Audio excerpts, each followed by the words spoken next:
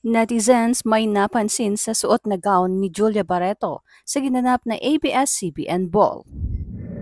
Taon-taon ay isa ang ABS-CBN Ball sa inaabangan ng mga netizens.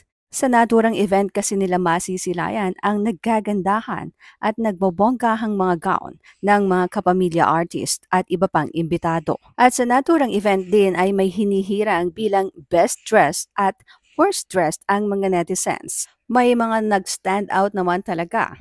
At may mga pinag-usapan dahil sa ganda ng kasuotan.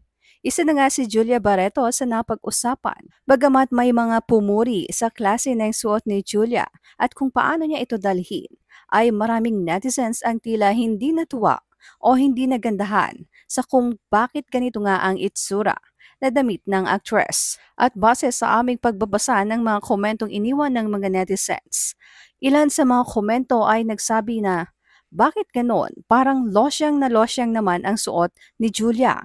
Sayang ang ganda. Bakit ganyan ang suot ni Julia? Ang ganda-ganda niya, hindi bagay sa kanya ang ganyang klaseng suot. Dagdag tanong pa ng isa, sino ba ang stylist ni Julia? Sinayang niya ang isang engranding event at sinayang niya rin ang ganda ni Julia Barreto.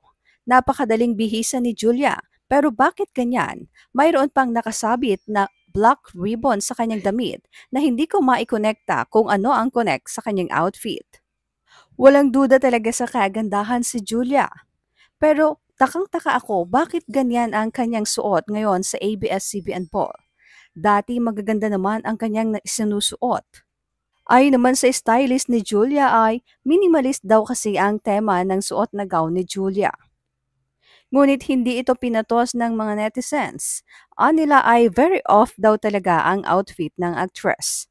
Mayroon pa ngang netizen na nag-iwan ng komento na para daw sa kanila ang worst dressed daw para sa ABS-CBN Ball 2025 ay si Julia Barreto. Isama pa ang kanyang boyfriend na si Gerald Anderson.